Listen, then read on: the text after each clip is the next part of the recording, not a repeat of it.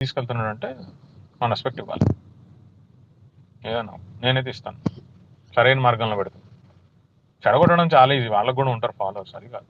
సరైన మార్గంలో తీసుకెళ్ళగలుగుతున్నాను రెస్పెక్ట్ ఇస్తాను. నేను వెళ్ళి రక్తం ఇచ్చాను. అలాంటి వాడికి అసలు రక్తం అంటే చాలా భయపడే, చిరంజీవి అంటే భయపడేవాడు. నేను వెళ్ళి రక్తం ఇచ్చాను. ఎందుకు ఇంత ఉన్నాం, ఇన్ని చేసాం, రక్తం ఇవ్వలేకపోతున్నాం పక్క. రక్తం ఇచ్చినోడు మనకే ఓకే, అమ్మ బ్లడ్ డొనేట్ చేసాను ఫీల్ అవుతుంటాడు. బ్లడ్ ఇచ్చినోడికి అంత సీను అంత ఇది ఉంటే బ్లడ్ బ్యాంక్ పెట్టినోడికి ఎంత ఉండాలి? సినిమా కలెక్షన్స్ ఏముంది బస్సు, 4 బుక్ మై షోలు తీసుకొని వచ్చి మంచి కాంబినేషన్ సెట్ చేసి మంచి సీజన్కి రిలీజ్ చేస్తే, అన్ని ఫ్యాక్టర్స్ వర్కౌట్ అయితే, నువ్వు కష్టపడితే హిట్ అవ్వచ్చు సినిమా. 98లో బ్లడ్ బ్యాంక్ పెడితే నువ్వు ఒక 25 ఏళ్ళ పైన దాన్ని నడిపిస్తున్నప్పుడు, అప్పుడు ప్రతిసారి వచ్చి దానికి బ్లడ్ డొనేట్ చేయాలంటే ఏ జనరేషన్ ఫాలోయింగ్ ఉండాలి నీకు? ఏ లెవెల్లో ఫాలోయింగ్ ఉంటే జనాలు ఇంక వచ్చి బ్లడ్ ఇస్తారు? టికెట్ కొనడానికి దేవుడా జీవుడా అనుకుంటూ రకరకాల ప్రమోషన్స్, కాంట్రవర్సీస్, ఎస్సీఓలు, బాట్లు, ఫేక్ ఐపీ అడ్రస్లు, ఇవన్నీ తీసుకొని వచ్చి కొట్టడాలు.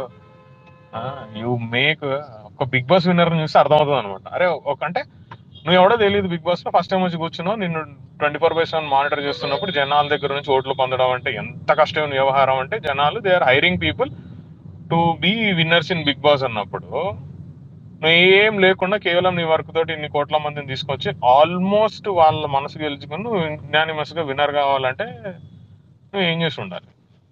ఏం చేస్తే వస్తుంది? గట్టు మీద కూర్చుని సొల్లు కబుర్లు చెప్పడం చాలా తేలిక బ్రదర్. ఒకసారి లోపలికి వెళ్ళి నువ్వు గెలిచి చూసి అప్పుడు మాట్లాడితే బాగుంటుంది. ఎవరికైనా అదే చెప్తాను.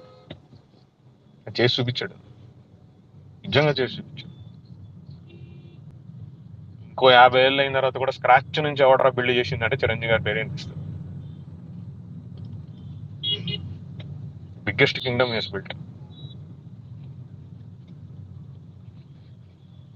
రాజుగా వచ్చి రాజ్యం చేయడం ఏముందిరా బాబు, ఎవడేం చేస్తాడు? నువ్వు సైనికుడిగా నుంచి సేనాపతికి ఎదిగి ఆ తర్వాత రాజు అయ్యి దానిపైన రాజ్యంలో కూర్చొని నువ్వు వెళ్తుంటావు చూసా 40 ఏళ్ళు. వాడు వాడు రియల్ ఆడి మేనేజం చేస్తారు, వచ్చేదాకా చేస్తారు మేనేజం అంటే. ఎందుకంటే ఆయన రాజుని చేసింది ఇల్లు కాబట్టి. వీళ్ళు సపోర్ట్ లేకపోతే రాజులు అవుతాడు అప్పటికి. ఎప్పటికీ అర్థం కావట్లే కానీ takes time to understand those things. సగం మందికి unfortunately these generations, I'm not cursing them or cribbing on it, but just try to understand. మీ ఫాదరే ఆల్రెడీ ఒక స్విఫ్ట్ లోనో, స్విఫ్ట్ డిజైర్ లోనో, లేకపోతే ఒక ఏమంటారు, I think most of them if you're like 22 right now, 26 అన్నప్పుడు they would have gone probably in 2004 or something, wherein most of the running cars were like I-20s and all kind of guys who are born in cars do not understand the value of starting from the scratch, where most of their fathers were already software engineers or NRIs earning freaking rich, staying in different parts of the world, will never be able to understand what is the value of 2 rupees or 1 rupee RTC ticket. వాడికి అర్థం కాదు, వాడికి ఎప్పటికీ scratch నుంచి building అనేది అర్థం కాదు వాడికి. He thinks I'm intelligent, bro, this is what, bro, that is what, bro. He will never be able to understand the power of the roots unless he's actually sitting in that kind of position. వాడు అర్థం కాదు వాడికి ఎప్పటికీ.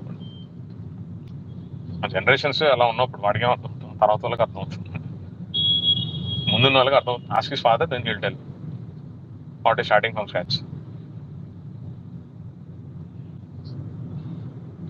ఇది easy. అలాంటి వాళ్ళకి అనిపిస్తుంది కష్టం విలువ తెలియదు కాబట్టి వాడు ఏదైనా ఇష్టం వచ్చినట్టు మాట్లాడతాడు.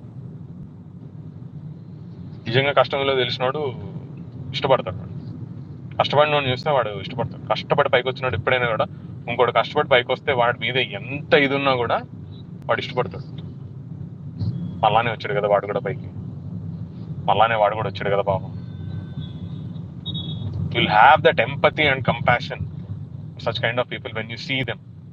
అరే పాపం రా, వాడు కూడా మళ్ళానే వచ్చాడు. That will have it.